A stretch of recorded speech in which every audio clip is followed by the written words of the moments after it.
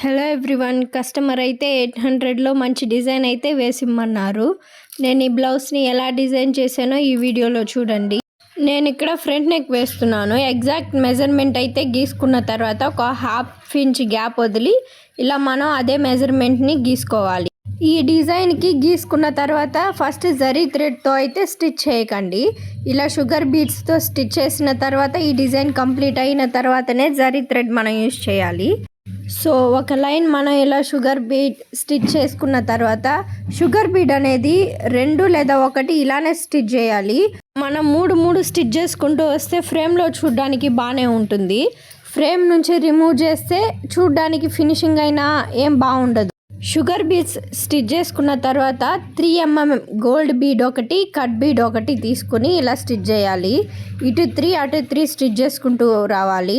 నేను ఇక్కడ 3 mm అనేది గోల్డ్ బీడ్ యూస్ చేశాను. మీరు వైట్ అన్నా యూస్ చేసుకోవచ్చు, లుక్ అనేది బాగుంటుంది.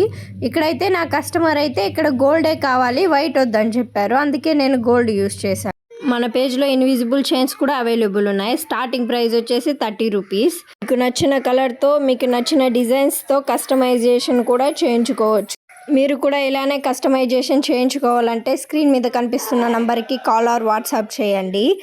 మన దగ్గర ఆరి వర్క్ స్టార్టింగ్ ప్రైస్ వచ్చేసి 500 రూపీస్. బ్రైడల్ వర్క్ కూడా అవైలబుల్.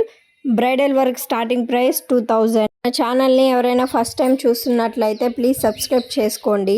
అలానే పక్కనే ఉన్న బెల్ ఐకాన్ని కూడా క్లిక్ చేసి ఆల్లో పెట్టుకోండి. అప్పుడే నేను ఏ వీడియో అప్లోడ్ చేసినా మీకు వెంటనే నోటిఫికేషన్ వస్తుంది.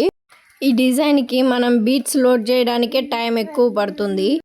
తర్వాత 3 mm బీడ్ తీసుకొని ఇక్కడ గ్యాప్ ఉంది కదండి, ఇటొకటి అటొకటి స్టిచ్ చేసుకుంటూ రావాలి.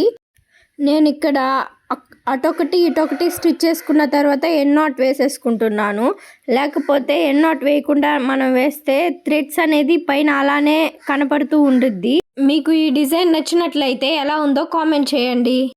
ఇలా అటొకటి ఇటొకటి స్టిచ్ చేసుకున్న తర్వాత జరీ థ్రెడ్ ఉంటుంది కదండి, జరీ థ్రెడ్ తీసుకొని ఈ లైన్ మీదనే మనం స్టిచ్ చేసుకుంటూ రావాలి. నేనైతే ఇక్కడ 3 లైన్స్ స్టిచ్ చేసుకుంటున్నాను. మీరు 4 లైన్స్ అయినా స్టిచ్ చేసుకోవచ్చు, 5 అయినా స్టిచ్ చేసుకోవచ్చు, అది మీ ఇష్టం. నాకు ఇక్కడ 3 లైన్సే చాలు, అందుకే 3 లైన్సే స్టిచ్ చేసుకుంటున్నాను.